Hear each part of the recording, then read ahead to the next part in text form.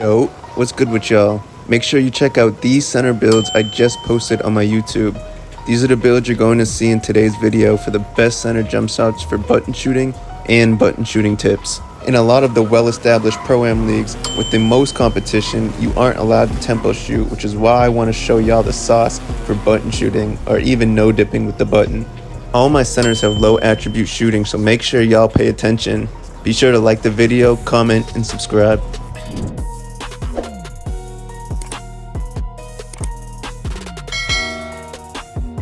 Okay, listen up. So before talking about anything in the actual game of 2K, let's talk about the controller in your hand.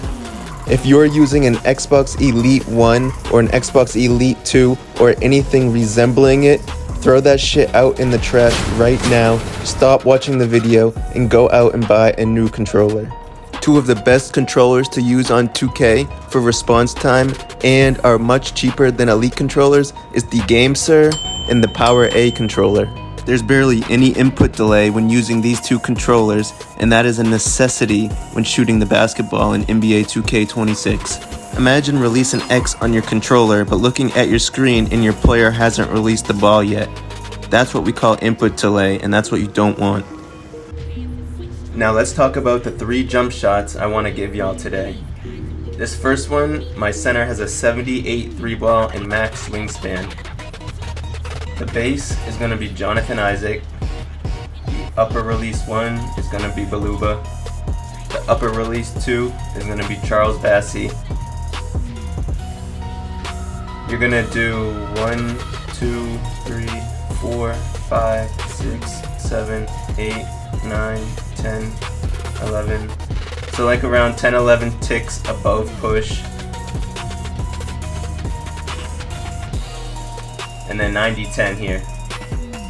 And this jump shot will be chicken. This is the jump shot you see me using most of the time when black market is in a 5-out and I'm sitting corner, no dipping shots. This is what I'm using. This is the second jump shot that I use. This is also for a center with 78 3-ball, max wingspan. The base is going to be Jonathan Isaac again. I pretty much use this base on every single center that I use. It's a great base this year, especially for button shooting. Your upper release 1 is Baluba. Your upper release 2 is going to be Trey Lyles now. So for this jump shot, you're going to want to do 1, 2, 3, 4, 5, 6, 7. So like around 6, 7 ticks. I know YouTube's gonna beat that shit out. And then a 75-25 percentage for your animation blending. And when you had seen Black Market kind of go traditional and Chad Benz was running the 1, Joe was at the 2, and I was picking and popping with Chad, and you had seen me shooting all around the top of the key, this is kind of the jump shot that I use when I'm gonna pick a roll set for 20 minutes.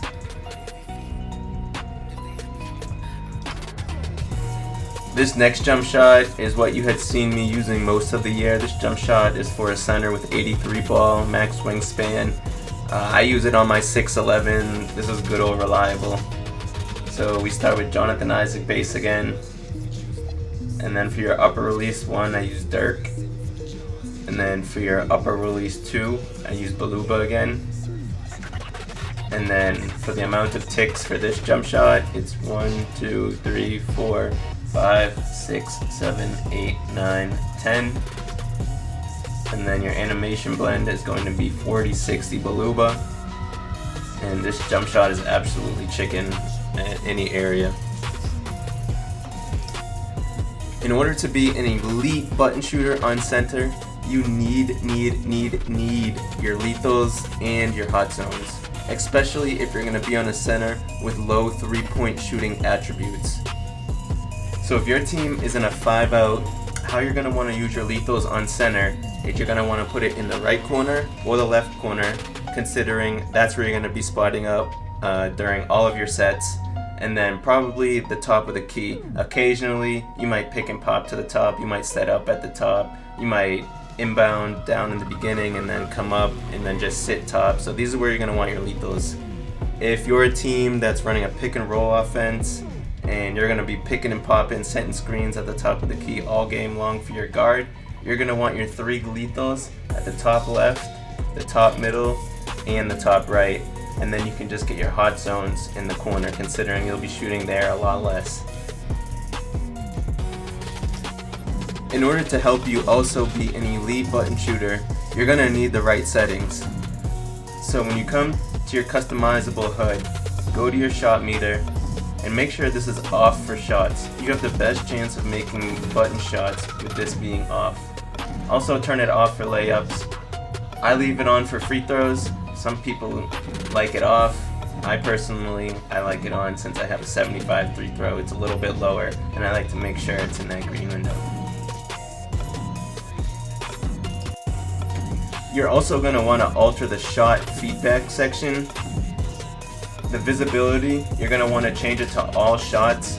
This is going to help you say that if you miss a shot and it's early or it's late or whatever, this is going to give you specific feedback on your shot for your next shot so you can adjust it when using the button. The only badge you need to focus on to be a great button shooting center is the set shot badge. When we run 5 out, I +2 mine so that I get it off. This makes it really easy to no dip with the button or just catch and shoot anything with the button. Also, on my takeover, my custom take, I like to add 3-point to it, considering I have a 78 3-ball, so it'll give me a little more throughout the game. This also really helps with button shooting and no dip button shooting. Now let's get into why you probably clicked on this video. The secret to no dipping on a low 3-point attribute center.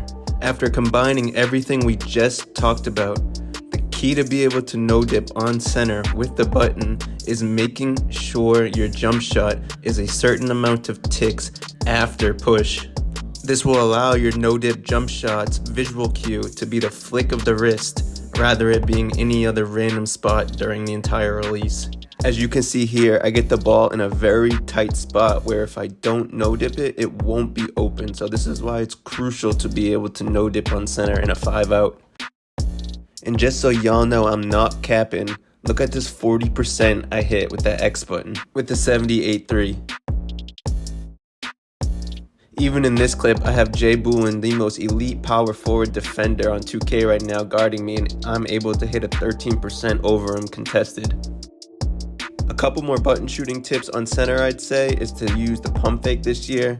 This makes defenders go stumbling out of bounds, giving you wide open shots. It's a lot easier to pump fake with the button rather than the tempo stick. Once you start getting really comfortable with everything and everything you learned, you'll start being able to do hop steps with the button just like this. Or even post fade over 3 people with the button. If this video helped you out, be sure to like, comment, and subscribe.